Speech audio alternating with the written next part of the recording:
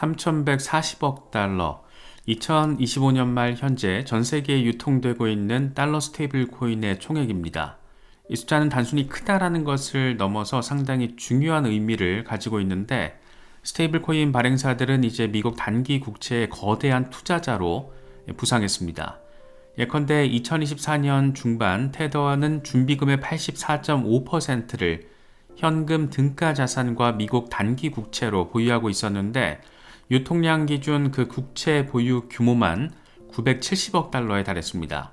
이건 테더 한 회사가 세계 여러 국가의 중앙은행들을 제치고 미국 국채 상위 20위권의 보유자에 해당할 정도의 그 정도 규모입니다. 다시 말해서 암호화폐 시장의 디지털 달러인 스테이블 코인이 이제 미국 재무 시스템의 일부로 편입되고 있다, 이런 시각이 나오는 배경입니다. 하지만 스테이블 코인 시장에서 벌어지는 변화는 단순히 규모의 팽창에만 있지 않습니다. 흥미롭게도 2025년 들어서 이 시장의 판세를 가르는 기준은 시가총액보다는 회전율, 다시 말해서 속도가 되고 있습니다. 과연 어떻게 된 일일까? 이 3,140억 달러 규모로 성장한 스테이블 코인 시장이 속도의 경쟁으로 재편되고 있는 이런 현상과 그 배경을 분석해 보도록 하겠습니다. 스테이블 코인 시장에서 통용되는 회전율의 의미부터 먼저 살펴보겠습니다. 이건 일정 기간 동안 총 거래량을 평균 공급량으로 나눈 값인데, 해당 코인이 얼마나 자주 손바뀜 됐는지를 나타냅니다. 쉽게 말해서 특정 스테이블 코인 한 개가 1년에 몇 번이나 거래됐는지를 나타내는 그런 수치입니다. 2025년 한 해 이 지표로 성적표를 매겨봤더니 기존의 단순 시가총액 순위와는 상당히 아주 많이 다른 그런 양상이 포착이 됐습니다. 먼저 테더입니다. 시가총액 기준으로 최대 규모인 테더는 회전율 면에서도 단연 1위를 기록했습니다. 이 166, 이 숫자는 1년 동안 평균 공급된 테더 한 개당 166번 거래됐다는 것을 뜻합니다. 하루로 환산하면 거의 2번 가까이 돈이 이동한 거니까 사실상 전 세계 암호화폐 시장의 혈류 역할을 테더가 하고 있다고 바라볼 수가 있습니다. 테더는 2014년 출시 이후에 글로벌 암호화폐 거래의 기본 단위로 자리를 잡으면서 2025년 현재 시가총액 1,860억 달러 규모까지 성장했습니다. 올해만 공급량이 35% 늘어났고 대부분 이더리움과 트론 체인에서 거래가 됐다고 합니다. 테더의 회전율 1위는 어쩌면 당연한 결과입니다. 암호화폐 투자자들에게 거래의 윤활유 역할을 해온 덕분에 일하지 않는 테더는 없다, 이런 말이 나올 정도입니다. 흥미로운 건 2위입니다. 이 시가총액 기준으로는 한참 뒤처진 신생 스테이블 코인이지만 리플 RLUSD가 회전율 71로 올해 2위에 올랐습니다. RLUSD는 리플랩스에서 발행한 미국 달러 연동 스테이블 코인인데, 발행량은 아직 13억 달러 수준인데도 매 코인이 71번씩 거래가 될 정도로 활용도가 높은 게 이번에 지금 확인이 된 겁니다. 일반적으로 이 자리는 서클의 USDC가 차지해야 정상이라고 생각이 되는데, USDC의 시가총액이 784억 달러로 RLUSD의 13억 달러를 훨씬 앞서기 때문입니다. 하지만 앞서 짚었듯 얼마나 효율적으로 돈을 움직이느냐가 성과를 좌우한다라는 그런 원칙이 현실로도 드러난 것으로 바라볼 수 있을 겁니다. 미국 CFTC 전 위원장인 티모시 마사드의 말처럼 발행량이 크지 않아도 거래 용도로 얼마나 빠르게 순환되는지가 진정한 활용도다라는 관점이 실제 데이터로 입증된 것이기도 합니다. USDC 역시 회전율 56으로 상위권을 차지했습니다. 올해 USDC 유통량은 78% 급증해서 784억 달러에 이르렀는데, 이건 미국의 규제 정비 수혜를 톡톡히 본 그런 결과로 바라볼 수가 있습니다. 미국이 올해 지니어스 법안을 통과시키면서 기존의 엄격한 준비금 운영과 공시를 해오던 서클의 비즈니스 모델이 표준으로 인정받았기 때문입니다. 서클은 2025년 뉴욕 증시 상장도 성공적으로 이뤘고, 상장 첫날 투자자들이 몰리며 매매가 3차례나 중단될 정도의 어떤 열기를 보이기도 했습니다. 올해 갑자기 등판해서 시장의 이목을 끌었던 USD1도 빼놓을 수가 없습니다. 트럼프의 장남이 이 파트너들과 함께 설립한 월드리버티 파이낸셜에서 2025년 4월 출시한 스테이블 코인입니다. 불과 출범 한 달 만에 시가총액 10억 달러를 돌파하며 나름 화제를 모았습니다. USD1의 회전율은 39로 집계가 돼서 데이터 집계 기간이 짧았는데도 불구하고 4위권에 올랐습니다.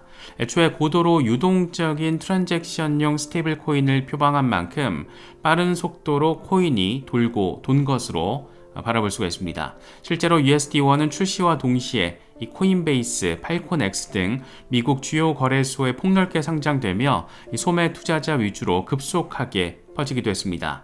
또 솔라나 기반의 밈코인인 봉크, 탈중앙화 거래소 레이디온과 제휴를 하며 솔라나의 대표 스테이블 코인 자리를 노리는 이런 공격적인 확장 행보를 보이고 있습니다.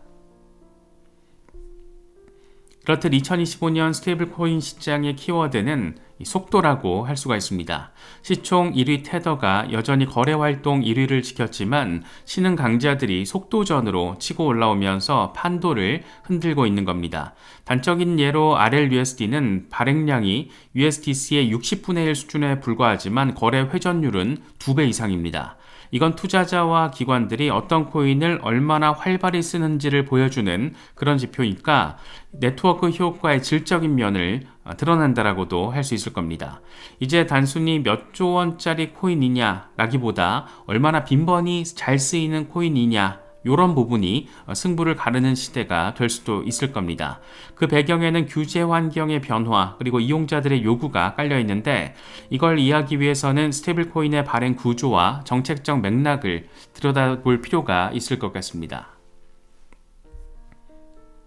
스테이블 코인이 미국 재무부와 국채 시장에 깊숙하게 연결되어 있다는 것은 일반 투자자 입장에서는 생소할 수도 있는 부분입니다. 하지만 앞서 짚었듯이 스테이블 코인의 운영 메커니즘 자체가 미국 국채 수요와 뗄 수 없는 그런 구조를 가지고 있습니다. 발행사들은 투자자로부터 1달러를 받고 1코인을 발행할 때 받은 달러를 대부분 미국 단기 국채나 은행 예치금 등에 투자합니다. 이렇게 해야 법정화폐와 1대1로 가치를 유지하면서도 이자까지 불릴 수 있기 때문입니다. 사실 2020년대 초까지만 해도 스테이블코인 준비금은 은행 현금 예금 위주였지만 제로금리 시대에 막대한 예치금을 놀리며 아무 이익도 못 내는 그런 구조의 한계를 느낀 발행사들이 하나둘 미국 국채 등 유동성이 높은 단기 증권으로 눈을 돌렸습니다. 결정적 계기는 금리 상승입니다. 2023년 이 3개월 만기 미국 국채 금리가 5%를 넘어서자 현금 대신 국채에 투자해서 이자를 받는 쪽으로 업계 표준이 이동했습니다. 그 결과 오늘날 주요 스테이블 코인들은 사실상 사설 머니마켓 펀드에 가깝다라는 평가까지 나오고 있습니다. 발행사는 0% 이자로 투자자들에게서 달러를 받아 무위험 금리를 챙기고 그 이익으로 운영비를 대고도 막대한 수익을 남기는 그런 구조입니다. 실제로 테더사는 2025년 1분기에서 3분기에 100억 달러에 달하는 순이익을 올렸다라고 발표했는데 이 역시 천문학적인 준비금 운용 이익이 뒷받침된 그런 결과입니다. 이런 스테이블코인 준비금 운용이 거대한 규모로 이뤄지면서 미국 국채 시장에도 파급 효과를 미치고 있습니다. 미국 달러화로 표시된 스테이블코인 총 공급은 2020년 말에 300억 달러 수준이었지만 불과 5년 만에 10배 이상으로 폭증했고 이에 따라서 발행사들이 보유한 미국 재무부 증권 규모도 기하급수적으로 늘었습니다. 2024년 6월 기준으로 테더는 미국 재무부 발행 T빌, 이 단기 국채 1,050억 달러를 들고 있고 USDC 발행사 서클도 270억 달러를 보유한 것으로 집계됐습니다. 불과 1년 전과 비교하면 테더는 810억 달러에서 1,050억 달러로, 서클은 110억 달러에서 270억 달러로 각각 30에서 150%씩 급증한 수치를 확인했습니다. 2025년 중반 전체적으로 1,200억 달러 이상의 미국 국채가 스테이블코인 준비금으로 편입이 돼 있었고 이건 미국 금융시장에 결코 작지 않은 수요층이 생겼다는 것을 의미합니다. 캐나다 TD 은행 경제연구소는 스테이블코인 발행사들의 미국 단기 국채 매입은 이미 국채 시장의 유의미한 수요원으로 부상했고 앞으로 더 커질 것이다 라고 진단하기도 했습니다. 더 나아가서 미국 정책당국은 법제화를 통해서 아예 스테이블코인과 미국 국채의 밀접한 연결을 공식화했습니다. 지니어스 법안, 이 모든 지급형 스테이블코인 발행자에게 100% 준비금을 요구하는데 그 자산을 미국 통화 또는 단기 국채 등 고품질 자산으로만 구성하도록 규정을 했습니다. 또 매달 준비자산 내역을 공시하고 외부 감사를 받도록 해서 사실상 스테이블코인 준비금이 미국 금융 시스템의 일부로 투명하게 편입되도록 한 겁니다. 이처럼 제도권에 편입된 스테이블코인은 그 안정성이 국가에 의해서 담보되는 한편 거꾸로 국채에 대한 지속적 수요를 창출하며 미국 재정에 기여하는 그런 역할도 지금 하는 겁니다. 미국 정부 백서의 표현처럼 스테이블코인이 달러의 기축 지위를 지키기 위한 새로운 수단이 된 것으로 바라볼 수 있는 부분입니다. 하지만 이런 연결고리에는 잠재적인 리스크와 기회가 공존합니다. 긍정적으로 보면 스테이블코인 성장으로 미국은 막대한 해외 수요를 자기 자본시장으로 흡수하는 그런 효과를 누립니다. 실제로 현재 통용되는 스테이블코인 대부분이 미국 달러에 연동돼 있고 전체 스테이블코인 거래의 80% 이상이 미국 밖의 지역에서 발생하고 있습니다. 이건 신흥시장 투자자나 기업들이 달러 기반 스테이블코인을 이용하면서 자연스럽게 달러 자산에 대한 수요가 전 세계적으로 확대된다는 것을 의미하는 그런 부분입니다. 반면 부정적인 시나리오는 스테이블 코인의 시스템 리스크가 발생할 경우에 그 충격이 고스란히 미국 국채 시장으로 번질 수 있다는 겁니다. 예를 들어서 대규모 환매 사태로 스테이블 코인 공급이 급격히 줄어들기라도 한다면 발행사들이 쌓아놓은 국채를 시장에 쏟아내야 합니다. 수백억 달러 규모의 매도가 단기 자금 시장에 한꺼번에 몰리면 국채 금리 급등하고 유동성 경색이 올 수 있다. 이런 우려입니다. 반대로 스테이블 코인 수요가 폭발적으로 늘어날 때는 발행사들이 국채를 대량 매입하며 시장 수급을 왜곡시킬 가능성도 지적됩니다. 요컨대 스테이블코인이 전통 금융의 배관 일부가 된 만큼 그 움직임이 미국 통화정책 또 금융 안정성과 상호 영향을 주고받는 단계에 이르렀다. 그런 평가입니다. 미국 연준과 재무부가 스테이블코인 동향을 예의주시하는 이유, 그 배경이 바로 여기에 있는 겁니다. 그렇다면 이런 환경에서 2026년 스테이블코인 각축전의 승자는 과연 누가 될까? 이 규제와 제도가 정비된 새로운 판에서 주요 코인들이 생존하기 위한 조건과 전략을 짚어보도록 하겠습니다. 먼저 테더. 테더의 강점은 단연 네트워크 효과와 유동성 깊이라고 할 수 있습니다. 앞서 짚었듯 USDT는 글로벌 스테이블코인 시장의 시총 60%를 차지하며 신흥국 투자자나 암호화폐 트레이더들에게 사실상의 디지털 달러로 통합니다.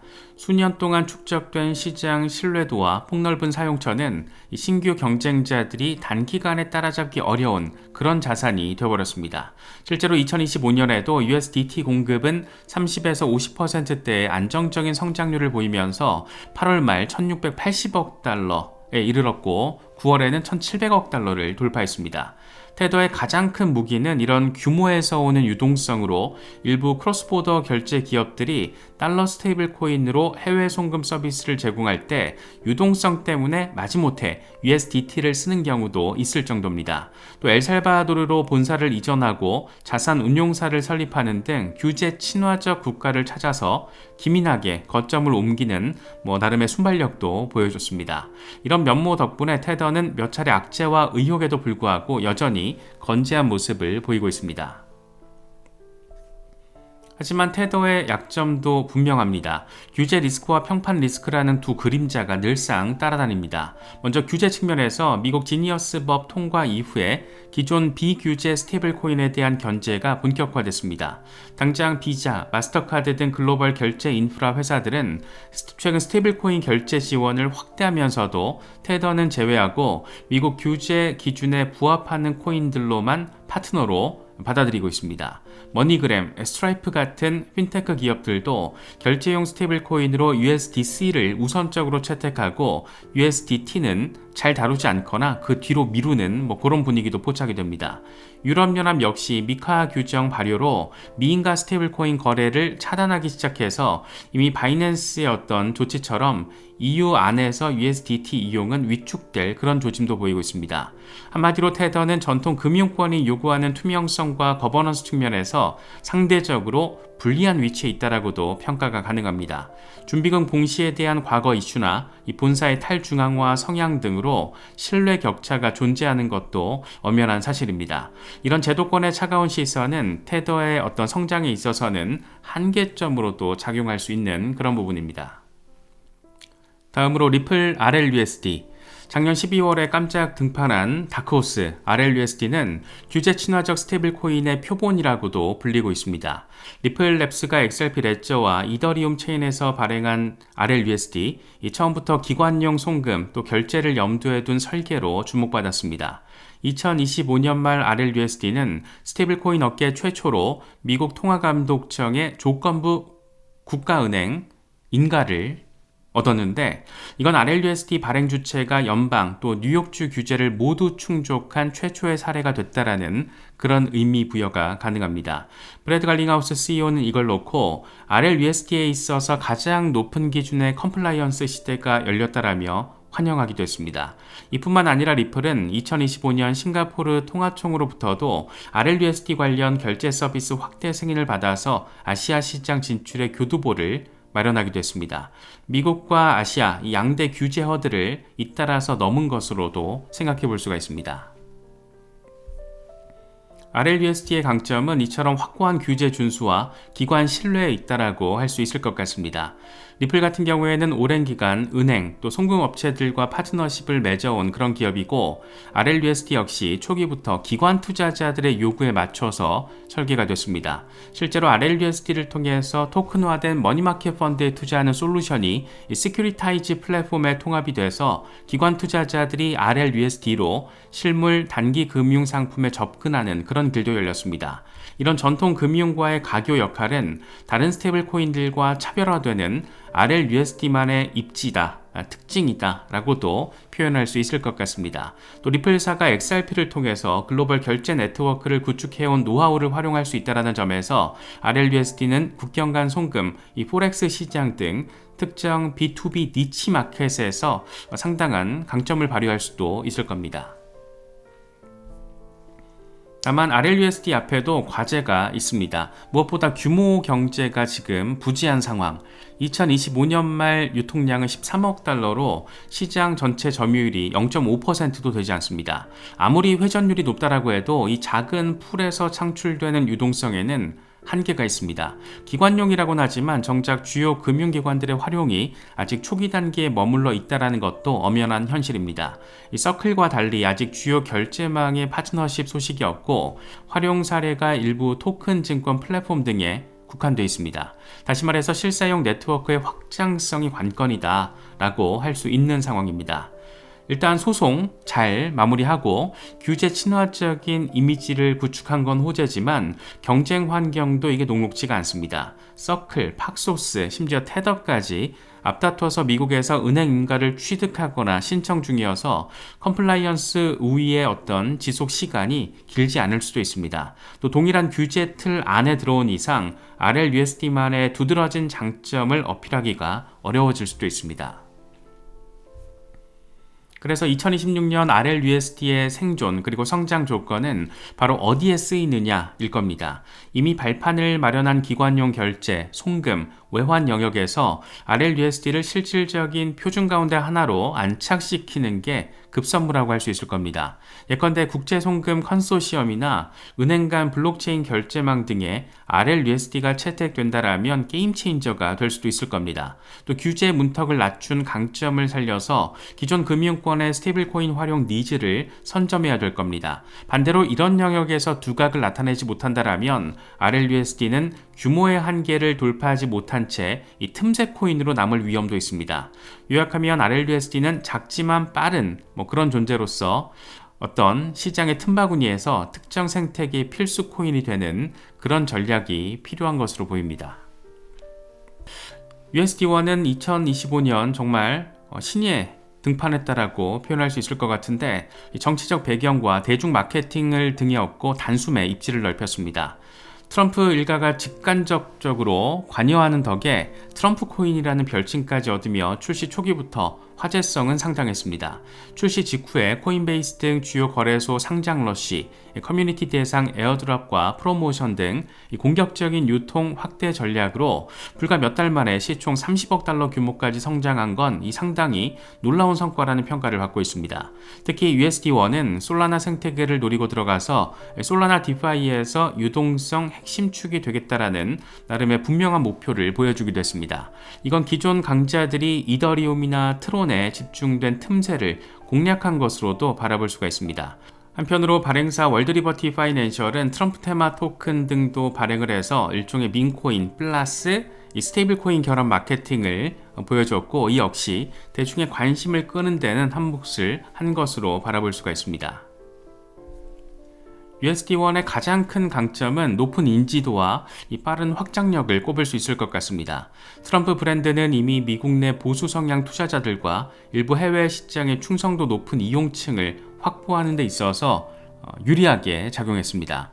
아울러 규제 측면에서도 USD1은 미국 기업이 발행한 만큼 지니어스 법안의 틀 안에서 운영되고 있는 것으로 보입니다. 아직 발행이 1년이 채 되지 않아서 OCC 인가나 은행 전환 등의 소식은 없지만 정치적 인맥을 고려하면 규제 준수에 협조적일 가능성이 높을 겁니다. 실제 업계에서는 USD1이 향후 연준이나 재무부와의 디지털 달러 논의에도 영향력을 행사할 수 있다, 이런 조금 과격한 추측까지도 나오고 있습니다.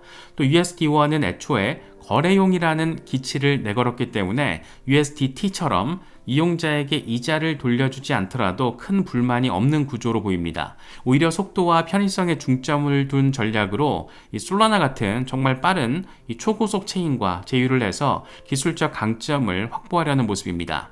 이건 USD1이 사람들이 실제 쓰는 코인으로 자리 잡는 데 있어서 상당히 유리한 접근이 될 수도 있을 겁니다. 물론 장밋빛 전망만 있는 건 당연히 아닙니다. USD1이 넘어야 될 산은 결국 신뢰와 안정성의 입증이 아닐까 싶습니다. 다시 말해서 거품을 실제 실력으로 전환할 수 있느냐, 이게 관건일 텐데, 먼저 준비금 투명성, 또 준법 감시 측면에서 아주 구체적인 정보가 부족합니다. 발행사가 공시한 내용을 보면 USD1 역시 100% 현금 또는 단기채로 담보된다라고 하지만 정기적인 감사 보고서나 이 투명성 지표가 더 쌓여야 진짜 신뢰를 얻을 수 있을 겁니다. 두 번째로 정치적 리스크도 생각해 볼 필요가 있습니다. 트럼프 가문의 이름값이 초기 성공 요인이었지만 이 정치적 환경이라는 게 이게 또 어떻게 변할지 알 수가 없습니다. 미국 행정부의 정책 방향이나 여론에 따라서 이 코인의 운명이 영향을 받을 가능성을 배제할 수 없는 겁니다. 또 세 번째로 경쟁 구도인데, USD1이 노리는 솔라나 그리고 미국 내 리테일 결제 시장에는 페이팔 같은 빅테크 계열 스테이블 코인도 있고 서클이나 리플도 가만히 있진 않을 겁니다. 특히 페이팔 USD는 2025년 하반기부터 가파르게 성장을 해서 시총 38억 달러 돌파했고 트론 기반의 토종 스테이블 코인들도 존재합니다. 다시 말해서 USD1이 초기에 보여준 폭발력을 꾸준히 이어가서 지속적인 이용자 확대로 연결하지 못하면 일시적 돌풍에 그칠 수도 있을 겁니다.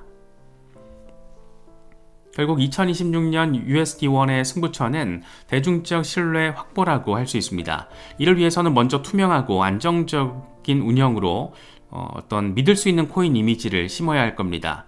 올해 10월 경쟁 코인인 페이팔 USD 발행사 팍소스에서 API 전송 중 실수로 300조 개라는 진짜 어이없는 양의 토큰을 잘못 발행했다가 바로 소각하는 그런 해프닝이 벌어지기도 했었는데, 이건 투자자들에게 기술적 신뢰가 얼마나 중요한지 일깨워준 그런 사건이기도 했습니다.